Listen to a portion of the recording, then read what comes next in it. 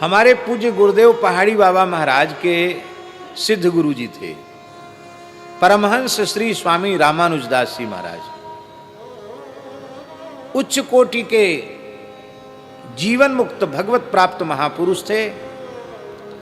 और हमारे महाराज जी कहते थे, गुरुदेव पहाड़ी बाबा महाराज, वो कहते थे कि 2 हाथ पैर वाले मनुष्यों में इस कोटि का कोई योगी मैंने नहीं देखा। ऐसे थे, बड़े विलक्षण महापुरुष थे। आप इसी से समझ लो कि उनकी प्राप्ति महाराज को कैसे हुई थी।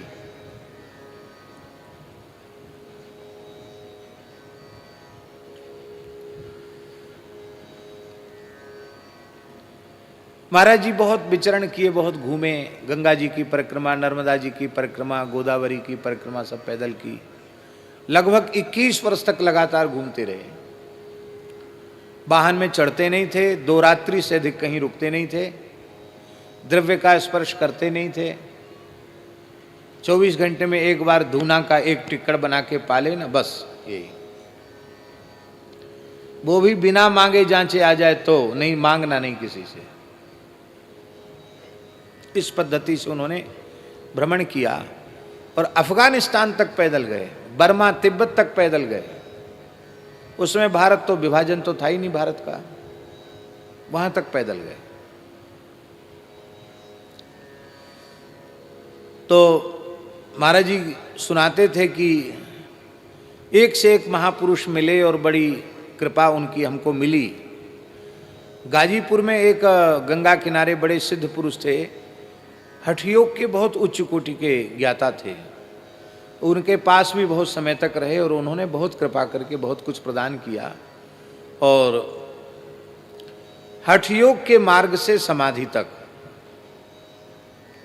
वहां तक पहुंचा दिया। जिसको आत्म ज्योति ब्रह्म ज्योति का दर्शन करते वो भी हो गया। लेकिन बोले मन को संतोष नहीं था,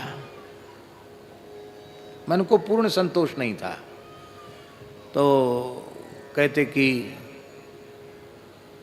वहाँ से चले, यहाँ वृंदावन आ गए थे खाक चौक में, बिना बताए सुबेरी कमंडल उठाए और चले।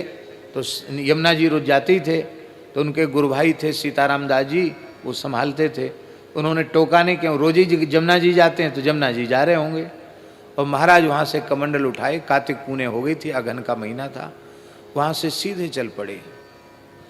और मन में एक धुन चढ़ गई कि उज्जैन जाएं। क्यों? कागभुसुंडी पूर्व जन्म में उज्जैन गए थे, वहीं से उनका कल्याण हुआ। पता नहीं, धुन महात्माओं को भी धुन चढ़ जाती है। तो धुन चढ़ गई कि कुछ न कुछ भोले बाबा मार्गदर्शन करेंगे, क्योंकि वो तो सबके गुरु हैं, तुम त्रिभुवन गुरु वेद वखाना, तो वो वही हमारा मार्गदर्शन करेंगे। तो महाराज जी पैदल चल पड़े। तो पैदल चलते चलते देवास का जंगल है, तो देवास के पास पहुंचे।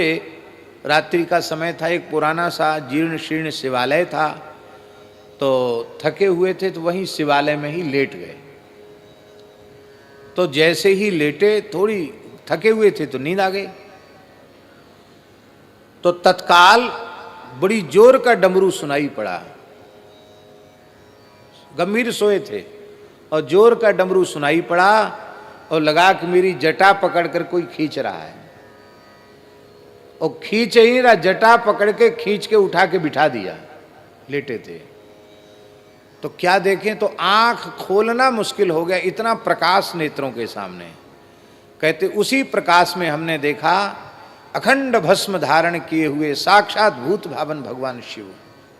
साक्षात शंकर जी को देखा आंखों से, इन्हीं आंखों से प्रत्यक्ष शिव जी को देखा। ऐसे जटा पकड़े हुए हैं और हंसकर कह रहे हैं, जा उत्तर दिशा की ओर चला जा, तेरा काम हो जाएगा। ये कह करके अंतर्धान। तो कहते हमको एकदम बहुत देर तक तो शून्य में चले गए, बैठे ही रह गए कि क्या विलक्षण घटना घटी। भगवान आए, कृपा करके चले गए। अरे मैं ठीक से चरण भी नहीं छू पाए, चरण भी नहीं पकड़ पाए, ये क्या हुआ। अब निश्चय कर लिया कि जब तक ऐसे कोई महापुरुष नहीं मिलेंगे तब तक मैं उत्तर दिशा का त्याग नहीं करूंगा।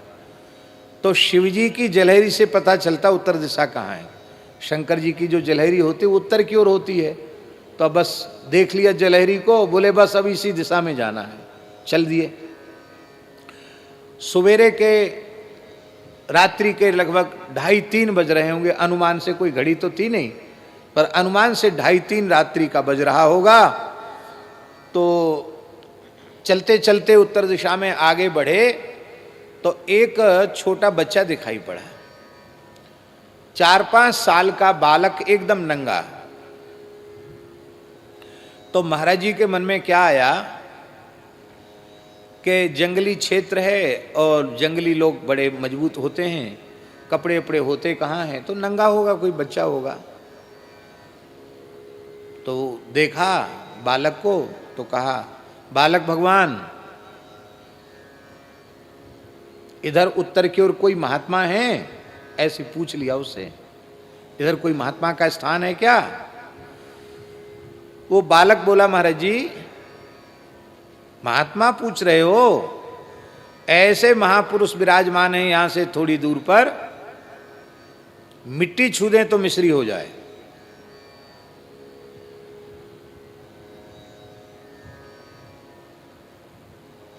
बस ये कह के वो बालक चला गया। अब महाराज जी सोचें कि कोई जादूगर होंगे, मिट्टी छू के मिश्री बनाते होंगे, पर चलो देखें तो सही कौन महात्मा है।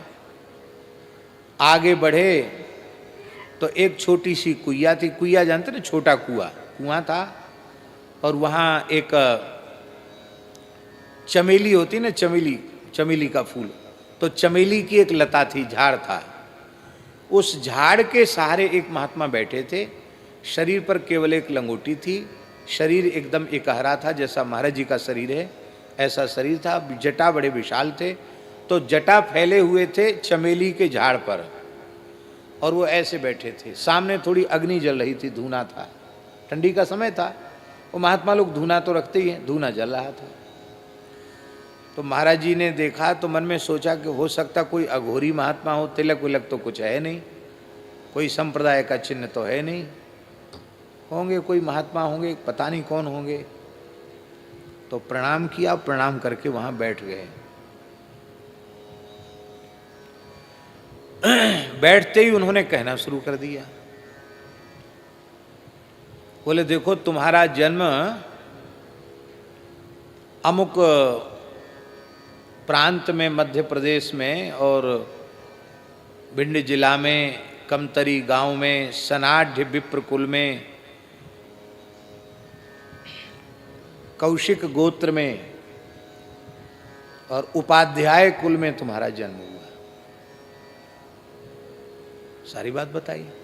और इतनी अवस्था में घर तुमने छोड़ा, यहाँ घूम करके आए हो, और रास्ते में तुमको भगवान शिव का दर्शन हुआ, और जो बालक तुम्हें मिला था तुमने भूल कर दी, वो बालक नहीं था, वो भगवान सनत कुमार थे। उनके चरण पकड़ लेते तो वहीं काम हो जाता तुम्हारा। सनकादिक भगवान में से सनत कुमार जी थे वो। महाराज जी के हम प्रभावित तो हो गए कि सारी घटना ऐसे बता दी जैसे कोई हंसता मलकवत। फिर बोले मन में थोड़ा दूसरे ढंग का भाव था, क्योंकि दुखी थे भीतर से, तो मन में ये भाव था कि कई बार महात्मा लोग कोई सिद्धियां भी कर लेते हैं, उसके प्रभाव से भी भूत में घटित घटनाएं बता देते हैं, तो बता दी होगी, लेकिन हमें जो चाहिए वो हमको तो ये देंगे कि नहीं देंगे, ये मन में आई। तो उन्होंने कहा हाँ हाँ मिलेगा, बच्चा मिलेगा, तू पात्र है क्योंकि तुझे भेजा गया है, स्नान कर पहले। तो महाराज जी कहते मैंने स्नान किया। स्नान करने के बाद सामने बैठे, फिर यह नहीं बता पाते थे महाराज जी कि उन्होंने हमको क्या दिया, और फिर रोने लग जाते थे, कुछ बोल नहीं पाते थे महाराज जी इसके आगे, आंख से आंसू झरने लग जाते थे। ये बात अत्यंत एकांत की बात हम आपको बता रहे हैं। नेत्रों से झरझर आंसू झरते थे और कहते थे बच्चा मैं क्या बताऊं, वाणी का विषय नहीं है। बस एक ही बात कहते हैं, वाणी का विषय नहीं है, क्या बताऊं बच्चा। कहते पहले तो समझ में आता था कि कोई जादूगर हैं, अब समझ में आ गया मिट्टी छू दें तो मिश्री बन जाए। तो महाराज जी ने कहा वो वचन का आशय ये था कि ये शरीर मिट्टी है, इसी में प्रेमानंद का, ब्रह्मानंद का, अनुभवानंद का निरंतर अनुभव होता रहे, क्षणार्ध के लिए भी भगवान की विस्मृति न हो, निरंतर भगवान की मधुर स्मृति बनी रहे, यह है मिट्टी का मिश्री होना। इसी मिट्टी के शरीर में, हाड़ मांस के पुतले में ब्रह्मानंद का अनुभव होना, आत्मानंद का, प्रेमानंद का अनुभव होना, यही है मिट्टी का मिश्री हो जाना। तो कहते बच्चा हमारी तो मिट्टी अब मिट्टी नहीं है, ये मिश्री हो गई है, ऐसा कहते थे।